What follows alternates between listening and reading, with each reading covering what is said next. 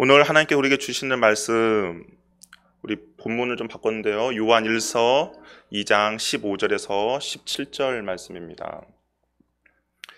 요한 1서 2장 15절에서 17절 말씀, 우리 세 절이니까요. 우리 같이 한 목소리로 함께 읽도록 하겠습니다. 세상을 사랑하면 넘어집니다. 우리 요한일서 2장 15절에서 17절 말씀 우리 같이 한 목소리로 읽도록 하겠습니다. 시작. 이 세상이나 세상에 있는 것들을 사랑하지 말라. 누구든지 세상을 사랑하면 아버지의 사랑이 그 안에 있지 아니하니. 이는 세상에 있는 모든 것이 육신의 정욕과 안목의 정욕과 이생의 자랑이니 다 아버지께로 온 것이 아니요 세상으로부터 온 것이라. 이 세상도 그 정욕도 지나가되 오직 하나님의 뜻을 행하는 자는 영원히 거하느니라. 아멘. 그럼 옆에 분과 한번 인사 나누겠습니다. 사랑하고 축복합니다. 예, 사랑하고 축복합니다.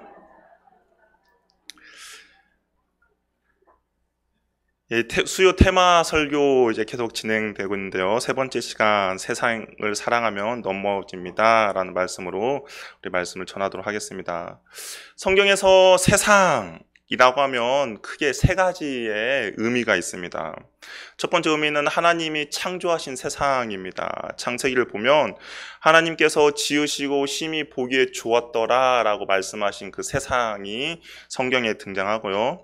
두 번째는 하나님이 사랑한 세상입니다. 이건 어떤 것이냐면 요한복음 3장 16절 말씀을 보면 하나님이 세상을 이처럼 사랑하사 라고 말씀하셨는데요. 그러니까 하나님의 긍휼, 하나님의 사랑이 필요한 그 세상을 말하고 있습니다. 그리고 마지막에 또 세상은 하나님의 통치와 주권을 인정하지 않는 세상입니다. 그러니까 하나님의 가치관으로 살아가야 하는데 하나님의 가치관이 아니라 다른 가치관으로 살아가는 세상, 그것을 세상이라고 말하고 있는 것이죠. 그래서 이 세상이나 세상에 있는 것들을 사랑하지 말라라고 한 것은 어떤 것이냐? 첫 번째, 두 번째도 아니고 세 번째 그 세상입니다. 그러니까 하나님의 가치관으로 살아가야 하는데 하나님의 가치관과 정반대되는 것으로 살아가는 세상을 말하는 거죠. 하나님을 사랑하며 살아가야 하는데 하나님과 대적하며 살아가는 세상을 말합니다. 하나님과 상관없이 살아가는 그 세상을 말하고 있는 것이죠. 그래서 예수님은 그 세상을 무엇이라 말했냐? 이 사탄이 지배하고 있는 이것을 이는 세상의 임금이라고 예수님께서 말씀하셨고요. 그리고 바울은 또 무엇이라 말했냐? 이 세상의 신이라고 말을 하고 있습니다. 그러니까 하나님이 없는 세상은 결국에는 사단이 통치하는 세상이고요. 하나님의 가치관이 없는 세상은 바로 이 세상의 임금이 통치하고 있는 세상이라는 겁니다. 사단이 통치하고 다스리는 세상은 어떤 세상입니까? 우선 삶의 우선순위를 바꾸어 놓은 세상입니다. 그러니까 사랑해야 될 것들을 사랑해야 할 것을 수단으로 사랑하지 말아야 될 것을 목적으로 바꿔놓은 세상이라고 할 수가 있습니다. 예를 들면 돈을 예로 들 수가 있겠습니다. 돈은 사람이 살아가는 데 있어서 수단입니까? 아니면 목적입니까? 수단이죠. 돈은 사람이 살아감에 있어서 수단이지 목적이 아닙니다. 그런데 지금의 세상에는 어떻습니까? 돈이 목적이 되어 버렸습니다. 돈이 목적이 되어다 보니까 오히려 돈을 놓고 사람을 이용도 하게 되고요. 돈을 놓고 사람을 속이기도 하고요. 돈 때문에 사람을 죽이기도 한다라는 것입니다. 돈이 사람의 인생의 주인이 되어 버린 것이죠. 돈이 나의 인생의 주인이 되었기 때문에 어떻게 됩니까? 돈이 나의 인생을 끌고 가는 겁니다. 돈이 있는 곳으로 나의 마음이 흘러가는 것이고요. 돈이 있는 곳에 나의 시선이 머물게 되는 것입니다. 결국에는 돈의 종노릇을 하는 인생을 살아가게 되는 것이죠. 우리 수요 예배까지 나왔으니까 이런 걱정은 안 하실 겁니다. 어떤 걱정이냐? 주일날에 예배를 드리는 문제와 내가 돈을 벌어야 되는 문제, 그래서 예배를 포기해야 된다. 어떤 걸 선택하시겠습니까? 당연히 우리는 나왔으니까 예배를 선택할 것입니다. 그런데 이 세상의 가치관대로 살아가는 사람은 갈등하고 고민하고 결국에는 예배가 아니라 돈을 선택한다라는 것이죠. 그리고 그러한 일들이 지금도 여전히 우리의 삶 가운데서 일어나고 있다라는 겁니다. 이 돈뿐만 아니라 여러 가지가 있습니다. 뭐 명예도 될 수 있고요. 권력도 될 수도 있습니다. 그러니까 수단이 목적이 되어버린 거예요. 그러다 보니까 하나님에 대한 우선순위가 정 바뀌어버린 세상, 바로 이 사단이 통치하고 있는 세상이라고 할 수가 있는 것이죠. 하나님이 계셔야 할 자리에 무엇이 있습니까? 돈과 권력과 명예와 인기가 있는 것입니다. 그것들이 하나님의 가치관으로 살아가야 할 우리들의 가치관을 흔들어 놓습니다. 그래서 하나님의 가치관이 아니라 세상의 가치관을 따르도록 만드는 인생을 만들어 버렸습니다. 그래서 돈을 얻기 위해서, 권력을 얻기 위해서, 명예를 얻기 위해서, 인기를 얻기 위해서 수단과 방법을 가리지 않는 것, 지금 성경에서 말하고 있는 이 세상이라는 것입니다. 그렇다면 우리는 이런 질문이 생길 수도 있습니다.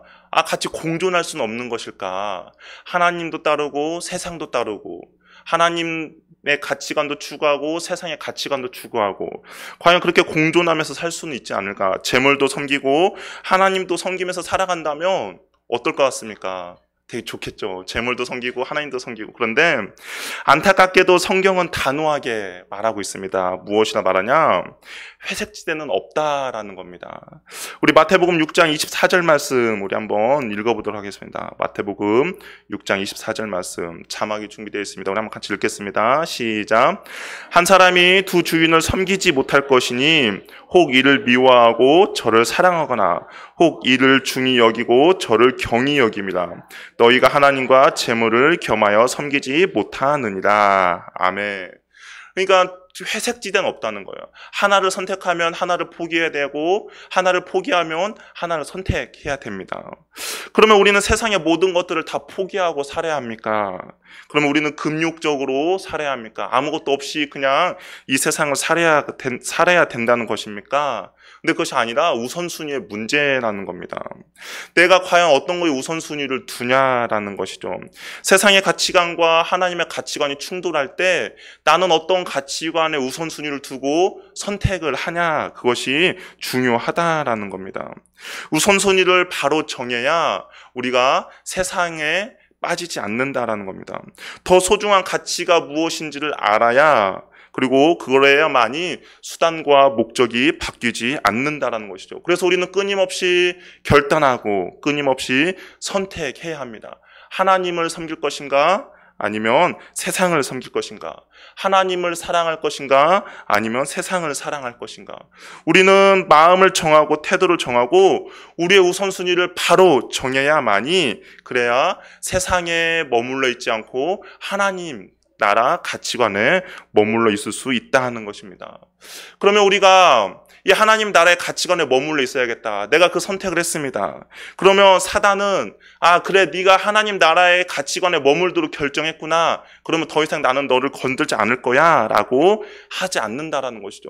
내가 하나님 나라의 가치관에 머물러 있는다고 한다면 사단은 우리를 끊임없이 세상의 가치관을 가지도록 우리를 유혹할 것입니다. 근데 성경에 보니까 그 사단이 유혹하는 세 가지 방법이 있다는 거예요. 그 첫 번째가 무엇이냐? 바로 육신의 정욕이라는 겁니다.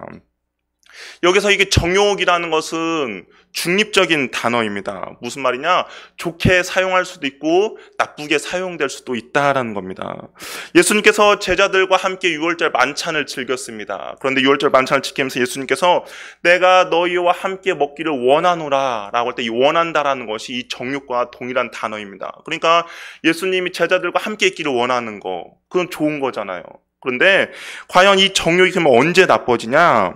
문제는 그 정욕의 대상이 무엇이냐라는 것입니다. 문제는 그 정욕이 어느 한계선을 긋지 않고 어디까지 초과되는 범위냐는 것이 우리에게 그것이 좋은 거냐 나쁜 거냐라고 결정이 된다라는 것이죠.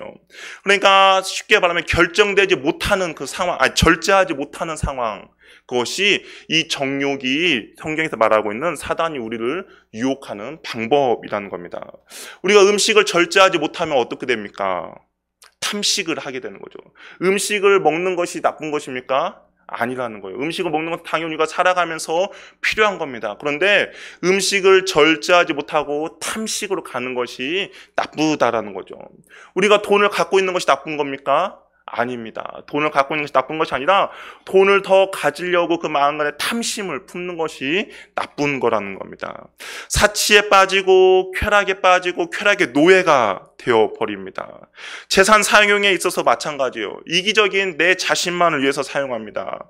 영적인 거에는 그렇게 열심을 내지 않지만 세상적인 거, 물질적인 거, 이 세계가 이 세상이 추구하는 가치관에 있어서 열심을 내는 삶이 바로 문제가 된다라는 거죠.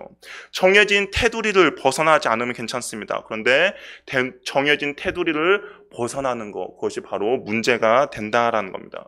결혼한 사람이 결혼에 있어서 지켜야 할 여러 규칙과 법칙들이 있습니다. 결혼의 생활에 정해진 테두리가 있는 것이죠. 그런데 만약에 그 정해진 테두리를 벗어난다면 어떻습니까? 그것은 세상의 정욕의 도구로 사용되어질 뿐입니다. 세상의 가치관, 별것도 아닌 거라고 생각할 수도 있습니다. 그런데 그 별것도 아닌 거라고 생각하는 것이 바로 우리를 육신의 정욕에 빠지게 만든다는 거죠. 내가 매일마다 습관적으로 먹는 음식들, 이건 내가 그냥 기호식품 먹는 거야. 그런데 그것이 과하게 된다면 그것이 결국에 우리를 육신의 정욕으로 빠지게 만든다라는 겁니다. 두 번째는 안목의 정욕입니다. 안목의 정욕은 보는 것들의 정욕이라고 할 수가 있습니다. 어떻게 보면 보는 것도 중립적인 그런 요소입니다. 그러니까 인간의 감각기관에 있어서 중요한 것은 보는 것이죠. 그런데 그 보는 좋은 것을 보면 좋겠지만 그것이 욕구를 충족시키는 어떠한 도구로 사용될 때 바로 안목의 정욕이 된다라는 것이죠. 성경은 보는 것으로 인하여서 죄가 시작된 것들을 말하고 있습니다. 처음에 무엇입니까? 하와가 그 눈으로 무엇을 봤습니까? 선악과를 보게 되었습니다. 그러다 보니까 그 선악과가 어떻게 보였냐면 보암직하고 탐스럽게 보였다는 것이죠. 보는 것으로 그 마음이 움직였다는 겁니다. 여리고 전투를 마치고 아간이 하나님께 범죄했습니다. 그런데 그가 고백한 것이 있어요. 왜 이 물건 훔쳤냐고 물었을 때 아간이 처음 무엇이라 대답했습니까? 보고 내가 탐을 내었다라고 말하고 있습니다. 또한 다윗도 마찬가지입니다. 다윗도 옥상을 거느리다가 목욕하고 있는 그 여인을 보고 마음 가운데 간음을 먼저 저지르게 된 것이죠. 예수님께서 여자들을 보고 음욕을 품는 자마다 간음하였다라고 말씀하셨습니다. 보는 것으로 그치는 것이 아니라 그 본 것이 우리의 마음을 움직이는 것입니다. 이것이 바로 안목의 정욕이라고 하는 것이죠. 마음에 품었다라는 것이 위험한 것은 무엇이냐? 이 상황과 환경만 맞으면 그 마음에 품은 것은 우리의 실행으로 옮겨질 수가 있다라는 겁니다. 예를 들면 이겁니다. 내가 어떤 광고를 정말 인상 깊게 보았습니다. 집에서 보고 있는데 어떤 광고를 보았어요. 그런데 그 광고를 보고 내 마음에 품었습니다. 사고 싶다. 그런데 못 사는 이유는 내가 지금 돈이 없으니까 못 사는 거예요. 그런데 내 수중에 돈이 들어오면 어떻게 합니까? 당장 사게 되는 것이죠.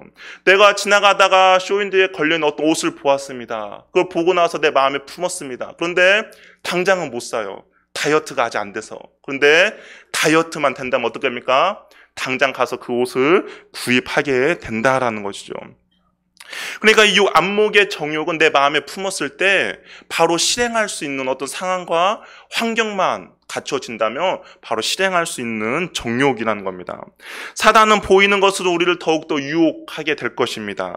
미디어는 더욱더 화려해졌고 더욱더 간편해져서 자면서까지 우리가 핸드폰을 통하여서 자기 직전까지 우리의 눈을 현혹시킵니다.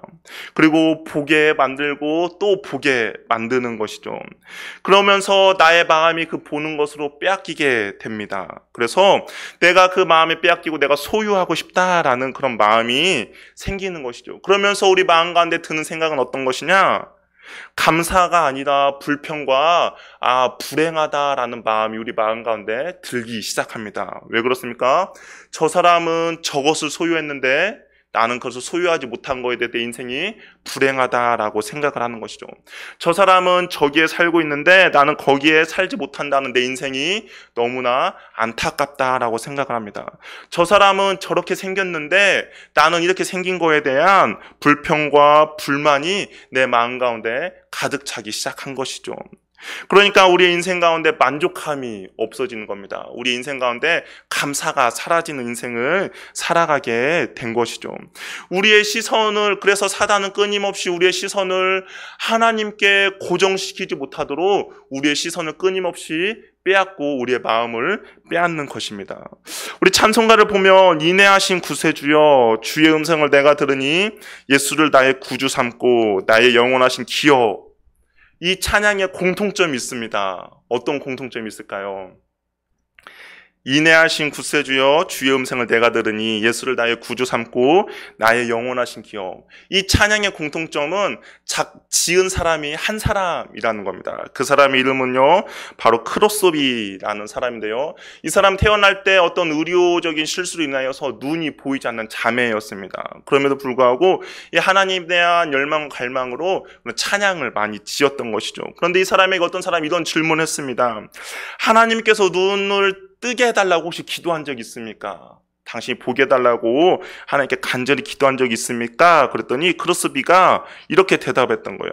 아니요, 저는 원치 않습니다. 제가 원치 않는 이유는 천국에서 제가 처음 눈을 떴을 때 그 보는 얼굴이 주님이기 때문에 나는 원치 않습니다 라고 고백했다는 겁니다. 세상에 대해서 우리가 눈을 감고 하나님에 대해서 눈을 떠야 우리는 안목의 정욕에서 벗어날 수가 있다라는 것이죠. 세 번째는 무엇이냐? 바로 이생의 자랑입니다. 이생의 자랑은 이 세상의 삶이라고 할 수가 있습니다. 그리고 이생이라는 것은 재물 또는 살림 또는 소유를 의미하고 있습니다. 이 이생의 자랑, 내가 얼마나 많이 가졌느냐를 자랑하는 것이죠. 그리고 무엇을 이루었는지에 대해서 자랑하는 겁니다. 그리고 내가 어떻게 행동했는지에 대해서 자랑하는 것이 바로 이생의 자랑입니다. 바울은 디모데후서 3장에서 무엇이라 말하냐? 말세의 징조에 대해서 말씀하면서 무엇이라 말하냐? 말세의 징조의 사람들이 이렇게 행동할 것입니다. 자기를 사랑할 것입니다. 돈을 사랑할 것입니다. 그리고 자랑할 것입니다 라고 말하고 있어요. 그러니까 뭔가 사람들에게 내 자신을 나타내고 싶어 한다는 거예요. 뭔가 사람들에게 인정받고 싶어서 내가 가지고 있는 것도 드러내고 싶어 하는 거, 그것이 바로 이생의 자랑이라는 겁니다. 우리는 지금을 살아가면서 얼마나 많은 것들을 자랑하는 시대에 살아가고 있습니까? 무언가를 보여주고 싶어 합니다. 그래서 내가 무엇을 먹었는지 사람들에게 보여주고요, 그리고 내가 무엇을 샀는지도 보여주고요, 내가 어디를 갔다 왔는지도 보여줍니다. 심지어는 자랑할 것이 없어서 어떤 것도 자랑하냐? 개나 고양이의 족보도 있다라고 자랑하는 것이죠. 우리 집에 있는 개는 족보가 있어. 그런 것까지 자랑하는 시대입니다. 그리고 또한 너무 대놓고 자랑하면 어떻게 생각합니까? 밥맛이라고 생각하니까 어떻게 합니까? 남들이 은근히 알아주기라면서 자랑합니다.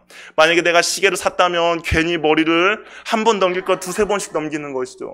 내가 귀고리를 샀다면 괜히 머리를 내 귀 뒤로 넘기는 겁니다. 그러면서 내가 차마 말은 하지 못하지만 너가 먼저 말만 꺼내줘. 내가 이 산 거에 대해서 말하고 싶어라는 마음이 우리들 마음 가운데 있다라는 것이죠.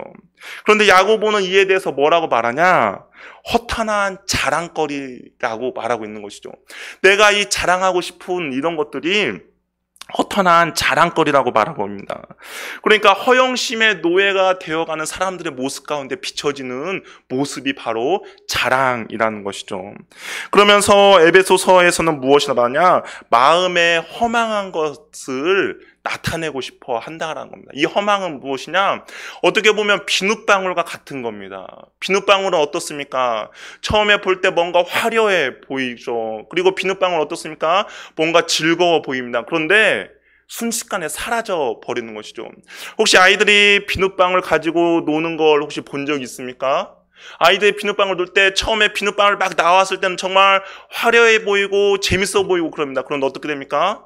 몇 초를 가지 못해요. 그냥 그 순간에 모든 것이 순식간에 사라져 버리는 겁니다. 바로 허탄한 자랑거리, 허망한 마음에 허망한 것이라고 말하고 있는 것이죠. 그리스도인들은 바로 이 허망한 것을 쫓는 사람들이 아니라 무엇입니까? 실제를 쫓는 사람들입니다. 저 여러분의 삶은 그냥 이 땅 가운데 있다 사라져버릴 것을 쫓는 인생들이 아니라 실제로 된 것들을 쫓는 인생들이라는 것이죠. 영원한 것을 추구하는 사람들이 바로 그리스도인이라는 겁니다. 베드로는 이사야 40장의 말씀을 통하여서 이렇게 말씀하고 있습니다. 우리 베드로전서 1장 24절 25절 우리 한번 읽어보도록 하겠습니다. 베드로전서 1장 24절 25절입니다. 시작.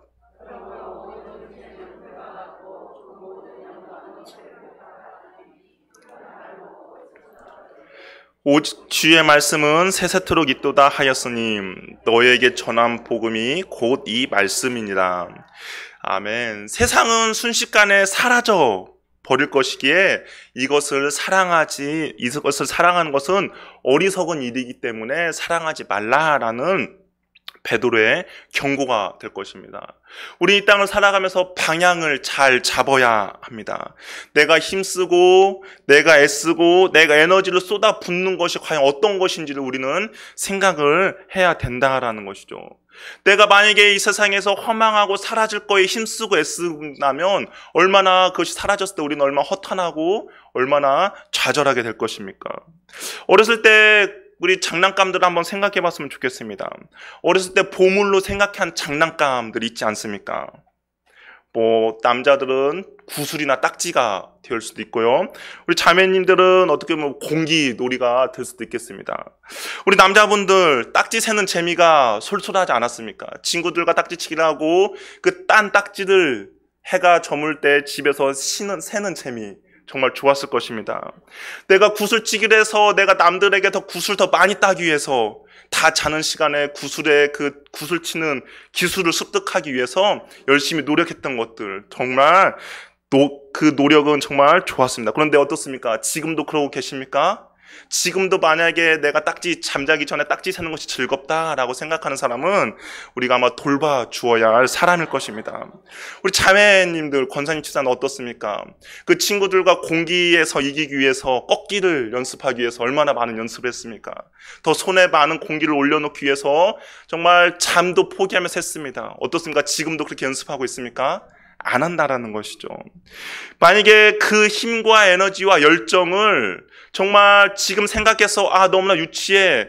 내가 왜 그런 거에 힘과 에너지와 열정을 쏟았을까라고 생각했는데 여전히 세상적인 가치관에 빠져서 내가 그곳에 힘과 열정과 에너지를 쏟는다면 그것은 바로 허망하고 사라져 버리는 것이라는 것이죠. 그렇다면 우리는 방향을 잘 잡아야 합니다. 그냥 이 땅 가운데 사라져버리고 없어질 거에 힘과 열정과 에너지를 쏟는 것이 아니라 영원히 견고히 서 있고 이 세대가 지나도 영원히 남아있을 거에 우리는 힘과 열정과 에너지를 쏟아 부어야 한다라는 것이죠. 거기에서 영원히 남아있는 것은 무엇입니까? 하나님 나라의 가치관을 가지고 살아가는 그것이 영원히 남아있는 것이라고 말하고 있습니다. 육신의 정욕과 안목의 정욕과 이생의 자랑은 어제 오늘 일이 아닙니다. 사단은 하와를 유혹할 때도 이 세 가지를 사용했습니다. 그리고 이 세상을 살아가는 사람에게도 여전히 이 세 가지를 사용하고 있고요. 심지어는 예수님께도 예수님을 시험할 때도 이 세 가지를 가지고 시험했습니다. 그래서 여전히 그는 이 세상을 통치하며 다스리고 살아오고 있습니다. 그런데 그 삶이 가장 잘 보여준 것이 바로 창세기에 그대로 나타나 있는데요. 하나님을 떠난 가인은 어떻겠습니까? 성을 쌓게 됩니다. 그리고 그 성을 바로 자신의 자식의 이름을 따서 성 이름을 에녹성이라고 짓게 되는 것이죠. 그런데 왜 사람들이 그 성을 짓고 사람의 이름을 그 성에다 붙였을까요? 어떤 이유가 있지 않겠습니까? 성경에 보니까 이렇게 말씀하고 있어요. 시편 49편 11절을 보니까 그러나 그들의 속생각에 그들의 집은 영원히 있고 그들의 거처는 대대에 이르리라 하여 그들의 토지를 자기 이름으로 부르는도다. 그러니까 어리석은 사람들은 어떠냐? 이 성을 쌓고 여기에 내 이름을 붙이면, 이 땅을 만들고 여기에 내 이름을 붙이면 이것은 영원히 있을 거야 라고 생각하면서 그런 삶을 살았던 간다라고 말하고 있습니다. 그런데 성경은 무엇이 말합니까? 아니다라는 거지. 그 모든 것이 허무하고 사라져 버릴 것이라고 말하는 것입니다. 이 집이 영원히 내 집이 될 것이야 라고 생각하면서 집을 쌓는 것이죠. 그리고 거기에 자기 이름을 붙입니다. 그런데 어떻습니까? 지금은 그것이 흔적조차 남아있지 않는다는 것이죠. 사람들은 바벨탑을 쌓았습니다. 그러면서 그 바벨탑을 쌓으면서 자기들의 이름을 내고자 원했습니다. 그런데 어떻게 됐습니까? 그 모든 것들이 물거품으로 사라져 버렸다라는 것이죠. 어떤 분은 이것을 가지고 이렇게 표현하더라고요. 지금에 있는 니느웨 성은 어디에 있습니까? 지금에 있는 바벨론은 어디에 있습니까? 로마의 황제의 큰 군대는 어디에 있습니까? 당시에 영원할 거라고 자부했던 모든 것들이 지금은 다 사라져버리지 않았습니까? 라고 어떤 분이 말씀하셨습니다. 영원히 대대로 이를 것이다 라고 생각한 것들이 어떻습니까? 모든 것들이 다 사라져 버린 상태가 지금 우리가 살아가 있고 우리가 눈으로 보고 있지 않습니까? 그런데 영원히 남아있는 것이 있다라는 겁니다. 이 가인의 후손이 아니라 셋의 후손 가운데 에노스라는 사람이 있습니다. 이 가인의 후손 라멕이라는 사람은 그 라멕의 인생을 보면 어떻게 보면 성공한 사람이라고 볼 수가 있는 거죠. 그의 자식들로 인하여서 목축업이 왕성하게 이루어졌고요. 그의 자식으로 인하여서 가들이 태어났고요. 그의 자식들로 인하여서 철기 시대가 열렸습니다. 그런데 그것으로 하면서 자기의 부를 과시했고 자기의 모든 것들을 과시했지만 그런데 아무리 눈 씻고 찾아봐도 그 라멕의 가인의 족보에서 눈 씻고 찾아봐도 등장하지 않는 인물이 있습니다. 누구냐? 하나님이라는 인물이 그 안에는 등장하지 않는 것이죠. 그러면서 그는 자랑합니다. 그러면서 그 자신의 힘과 그런데 자랑합니다. 그런데 그에 반해서 에노스라는 사람이 있습니다. 그의 삶은 족보를 보니까 몇 세에 태어났고 어떻게 살고 누구를 낳고 누구를 죽었더라. 그의 삶은 너무나 람에게 삶에 비교하면 너무나 초라한 인생입니다. 그의 자녀들도 나타나지 않아요. 그런데 에노스가 했던 행동은 무엇이냐? 여호와의 이름을 불렀다라고 되어 있습니다. 이게 그의 삶은 어떤 것이냐? 하나님께 예배드리는 삶을 살았다라는 것이죠. 그러면서 그의 자손으로부터 그 하나님의 이름, 여호와의 이름을 부르는 사람들이 계속적으로 나오게 된다라는 것이죠. 우리가 성경을 보면 어떻습니까? 하나님 나라는 결국에는 누구를 통하여서 이루어졌습니까? 바로 이 에노스와 노아와 아브라함의 그 사람들로 인하여서 하나님 나라가 더욱더 이루어지지 않았습니까? 어떻습니까? 가인으로 인하여서 세웠던 모든 것들은 물거품처럼 사라져버렸지만 여전히 하나님의 이름을 부르고 하나님을 찬양하고 하나님 예배하는 그 사람들은 여전히 우리가 기억하고 있다라는 것이죠. 우리는 그렇다면 어떤 것을 선택해야 되겠습니까? 세상의 가치관을 선택해야겠습니까? 아니면 하나님 나라의 가치관을 선택해야겠습니까? 우리는 어느 곳에 힘과 에너지를 쏟아 부어야 하겠습니까? 그냥 있다가 사라져버릴 풀의 꽃과 같이 사라져버릴 거에 우리가 힘과 에너지를 쏟아 부어야 하겠습니까? 아니면 하나님 나라에 우리가 힘과 에너지를 쏟아 부어야 하겠습니까? 세상은 많이 가져야 자랑할 것이 있어야 행복하다고 말합니다. 그래서 많이 소유하고 많은 것들을 가지려고 힘쓰고 애씁니다. 하지만 물질의 넉넉함과 자신의 지혜로움을 자랑하고 하나님을 의지하지 않는다면 그런 것들 인하여서 하나님과 더욱더 멀어진다면 그 인생만큼 불행한 인생은 없을 것입니다. 반면에 자신의 연약함이 있습니다. 반면에 나의 부족함이 있습니다. 반면에 내가 많이 소유하지 못함이 있습니다. 그래서 나의 부족함을 깨닫고 하나님을 의지하고 신뢰한다면 그 부족함은 오히려 나에게 축복이 된다라는 것이죠. 어떻게 보면 다 갖춘 남이기 때문에 하나님을 섬기기보다 자기 자신을 더 신뢰했을 수도 있습니다. 반면에 아무것도 없기에 하나님만을 바라볼 수밖에 없는 에노스였지만 오히려 하나님의 이름을 부르는 축복을 누렸던 것을 기억하시기 바랍니다. 우리 모두 부족하기에 오히려 여호와의 이름을 부르는 은혜가 있기를 소원합니다.